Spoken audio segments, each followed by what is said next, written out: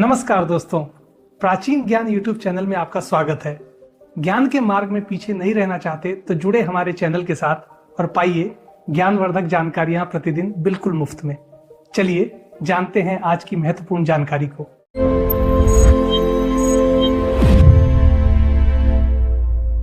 प्राचीन ज्ञान चैनल में आपका स्वागत है। दोस्तों, प्रकृति के गर्भ में ऐसी अनेक वनस्पतियां छिपी हुई हैं जो मानव मात्र के कल्याण के लिए ईश्वर ने रची हैं। इन्हीं दिव्य और चमत्कारी वनस्पतियों में से एक है हस्तिकरणी। इसे लोक भाषा में हाथी कान, हथजोड़ या हस्तिकरणी फोड़ी के नाम से जाना जाता है। प्राचीन ऋषियों और मुनियों ने अपनी तपस्या और ज्ञान की दृष्टि से इस पौधे के भीतर छिपी हुई अद्भुत शक्तियों को पहचाना था। यह पौधा केवल एक वनस्पति नहीं है, अपितु यह साक्षात दैवीय ऊर्जा का एक पुंज है। भारतीय तंत्र विज्ञान और आयुर्वेद में इसका स्थान अत्यंत ऊंचा है।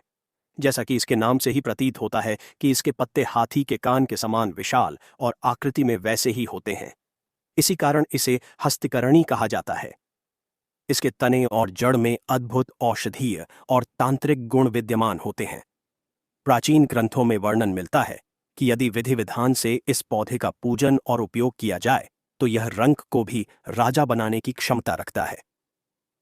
इस ग्रंथ में हम हस्तिकरणी फोड़ी के जन्म से लेकर इसके तांत्रिक, धार्मिक, ज्योतिषीय और आयुर्वेदिक प्रयोगों पर विस्तार से चर्चा करेंगे। यह ज्ञान अत्यंत दुर्लभ है और गुरु परंपरा से ही प्राप्त होता है। अध्याय 2, हस्तिकरणी फोड़ी पौधा की उत्पत्ति कथा। हस्तिकरणी फोड़ी की उत्पत्ति के विषय में पुराणों और लोक कथाओं में बड़ी ही रोचक और रहस्यमयी कथाएं प्रचलित हैं। सबसे प्रामाणिक और प्रचलित कथा समुद्र मंथन और देवराज इंद्र के वाहन ऐरावत हाथी से जुड़ी हुई है।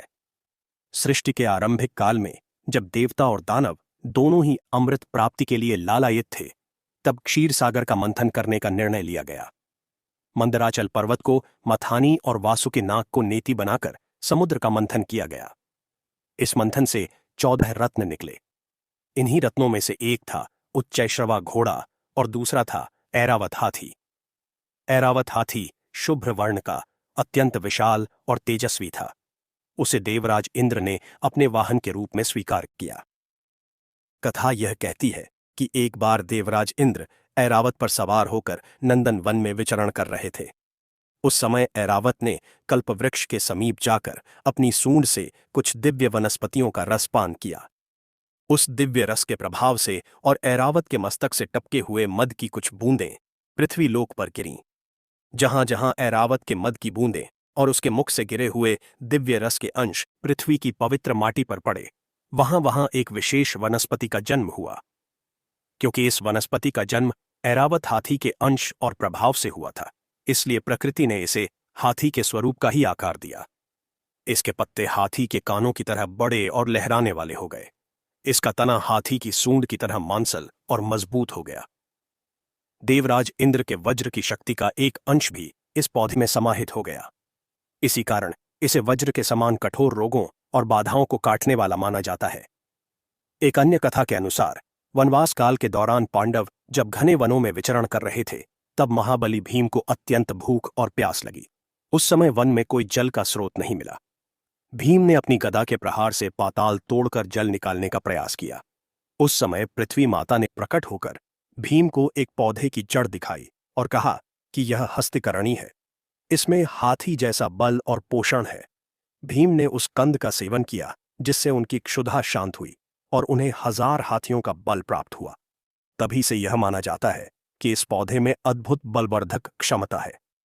इस पौधे को वनस्पति जगत का गजराज भी कहा जाता है।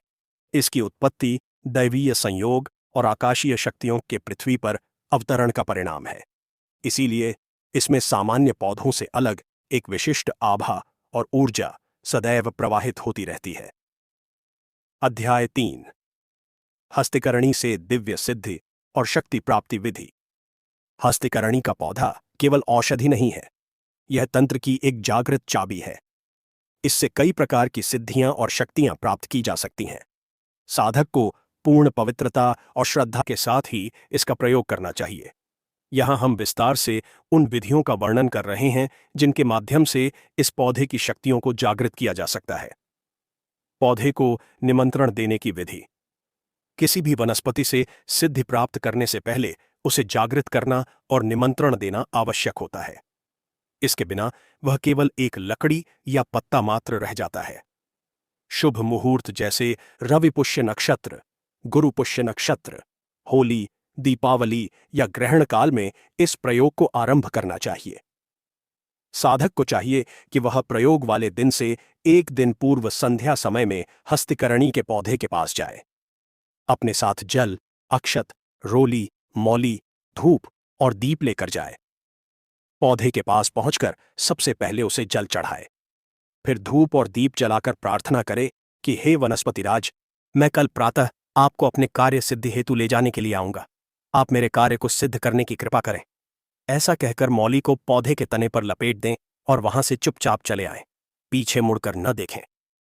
सिद्धि और शक्ति प्राप्त करने के चरण। एक, मोहन और वशीकरण शक्ति। हस्तिकरणी में प्रबल आकर्षण शक्ति होती है।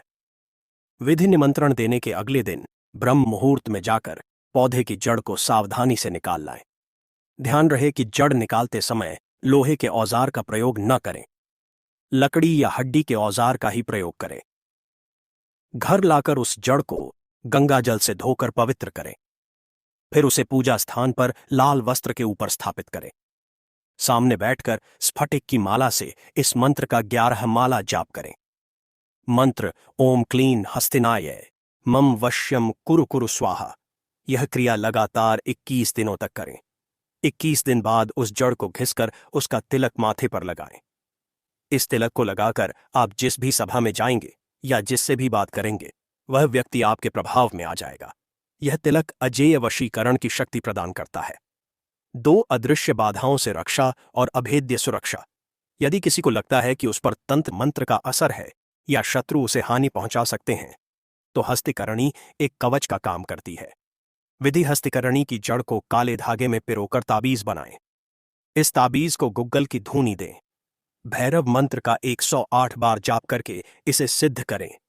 इसे गले में धारण करने से किसी भी प्रकार का जादू टोना, नजर दोष या भूत प्रेत की बाधा स्पर्श नहीं कर सकती।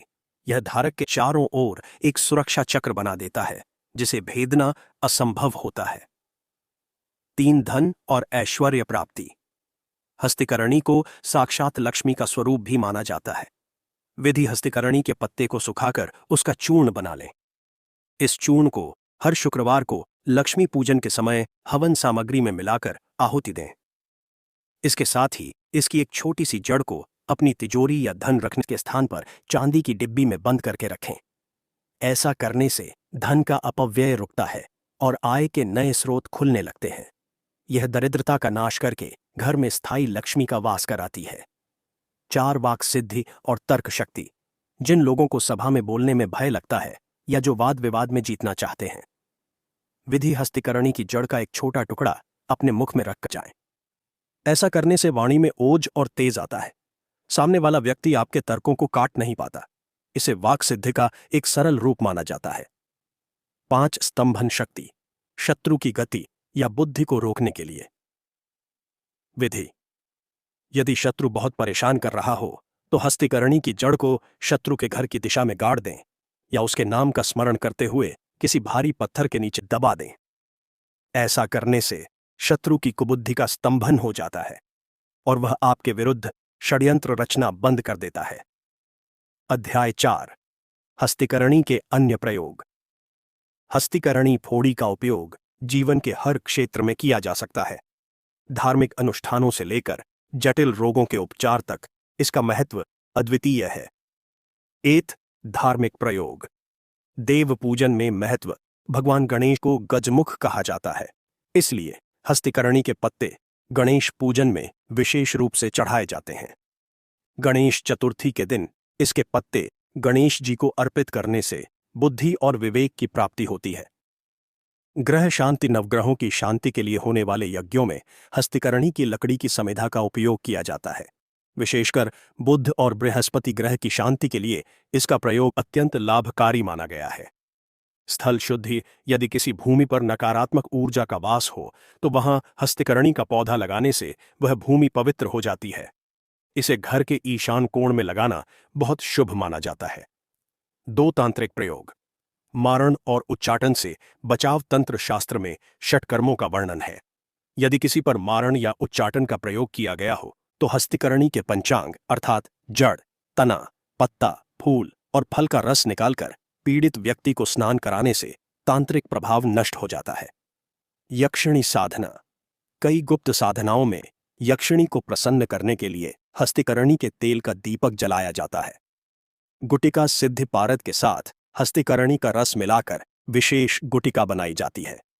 यह गुटिका साधक को आकाश गमन और अदृश्य होने जैसी सिद्धियों की ओर अग्रसर करती है। यह अत्यंत उच्च कोटि की साधना है जिसे केवल गुरु के सानिध्य में ही किया जा सकता है। 3 ज्योतिषीय प्रयोग। बुध ग्रह दोष निवारण। जिन जातक की कुंडली में बुध ग्रह नीच का हो या अशुभ फल दे रहा हो, उन्हें हस्तिकरणी की जड़ को हरे कपड़े में लपेटकर दाहिनी भुजा में धारण करना चाहिए। यह पन्ना रत्न के समान ही फल देता है। कालसर्प दोष। कालसर्प दोष की शांति के लिए हस्तिकरणी के पौधे की सेवा करना और उसे जल देना लाभकारी बताया गया है। बृहस्पति की मजबूती, ज्ञान और शिक्षा में वृद्धि के लिए इसकी जड़ को पीले धागे में गुरुवार के दिन धारण करना चाहिए। 4 आयुर्वेदिक प्रयोग। आयुर्वेद में हस्तिकरणी को एक रसायन माना गया है। यह वात, पित्त और कफ तीनों दोषों का शमन करने वाली है। हड्डी जोड़ने में रामबाण इसका एक नाम हथजोड़ भी प्रचलित है। यदि हड्डी टूट गई हो तो हस्तिकरणी की जड़ और तने को पीसकर उसका लेप टूटी हुई हड्डी पर करने से और बांस की खपच्चियों का सहारा देकर बांधने से हड्डी बहुत शीघ्र जुड़ जाती है। इसके साथ ही इसके स्वरस का सेवन करने से कैल्शियम की कमी पूरी होती है। पुराने घाव भरना। यदि कोई घाव सड़ गया हो और ठीक न हो रहा हो तो हस्तिकरणी के पत्तों को उबालकर उस पानी से घाव को धोने और पत्तों का पेस्ट लगाने से घाव शीघ्र भर जाता है। यह एंटीसेप्टिक की तरह कार्य करता है। सूजन और दर्द, गठिया या जोद्धों के दर्द में इसके तेल की मालिश अत्यंत गुणकारी है। इसके तने को सरसों के तेल में पकाकर तेल तैयार किया जाता है। यह तेल दर्द को खींच लेता है। पाचन विकार, पेट के रोगों, मंदाग्नि और कृमि रोगों में इसके चूर्ण का सेवन छाछ के साथ करने की सलाह दी जाती है। यह आंतों को बल प्रदान करता है। पौरुष शक्ति। यह बाजीकरण औषधि भी है। इसके कंद का चूर्ण दूध और मिश्री के साथ नियमित सेवन करने से शरीर में नया बल और वीर्य की वृद्धि होती है। यह नपुंसकता और शारीरिक दुर्बलता को दूर करके यौवन प्रदान करता है। रक्त शुद्धि। यह रक्त को साफ करके चर्म रोगों को दूर करता है। फोड़े फुंसी होने पर इसके रस का सेवन लाभकारी है। अध्याय 5 सावधानियां और निष्कर्ष। हस्तिकरणी फोड़ी एक अत्यंत शक्तिशाली वनस्पति है। इसका प्रयोग करते समय कुछ विशेष सावधानियां रखनी चाहिए। आयुर्वेदिक प्रयोग के लिए मात्रा का निर्धारण किसी योग्य वैद्य की सलाह से ही करना चाहिए। इसकी तासीर गर्म और तीक्ष्ण हो सकती है।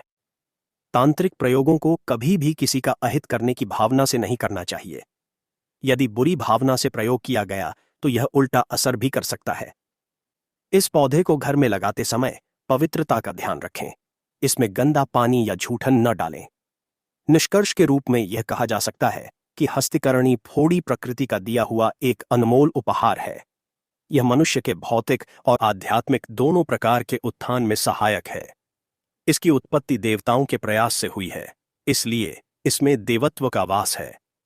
चाहे वह शरीर की व्याधि हो, ग्रहों की पीड़ा हो या जीवन की अन्य समस्याएं, हस्तिकरणी के पास हर समस्या का समाधान है। आवश्यकता है तो बस अटूट श्रद्धा, विश्वास और सही विधि के ज्ञान की। जो साधक पूर्ण विश्वास के साथ हस्तिकरणी की शरण में जाता है, उसे जीवन में कभी भी निराशा का मुख नहीं देखना पड़ता। यह कल्प वृक्ष के समान ही फलदायी और कामधेनु के समान इच्छाओं की पूर्ति करने वाली दिव्य लता है। ओम शांति, शांति, शांति।